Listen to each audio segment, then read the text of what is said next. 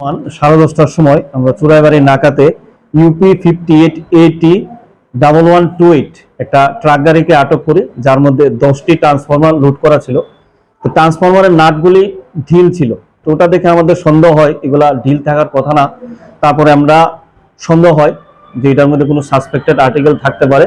তারপর আমরা যথারীতি এসডিপি স্যারকে জানাই, বিষয়টা এসপি স্যারকে জানাই, ডিসিএমকে জানাই। তারপরে ওরা আসলে ওদের সামনে আমরা ট্রান্সফরমারগুলো খুলে তারপরে ট্রান্সফরমারগুলি থেকে আমরা টোটাল 96 প্যাকেট গাঁজা পাই। প্রত্যেকটা প্যাকেট 10 কেজি করে, টোটাল 960 কেজি গাঁজা আমরা উদ্ধার করি। তার সাথে যে গাড়ির ড্রাইভার এবং যে অ্যাসিস্ট্যান্ট গাড়ির, তারা দুজনকে আমরা অ্যারেস্ট করি। তাদের বিরুদ্ধে আমরা এখন এনডিপিএস ধারায় কেস নেব। কালকে ওদের কোর্টে চালান করব রিমান্ড চেয়ে, এবং এর সাথে কারা জড়িত আছে তারা আমরা দেখব সবটা।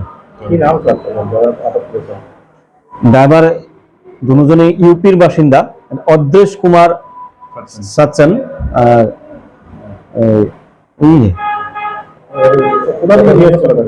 গাজাটা বাইপাস খয়েরপুর বাইপাস, আপাতত যারা প্রিলিমিনারি ওদের ইন্টারোগেশনে বলেছে খয়েরপুর বাইপাস থেকে লুট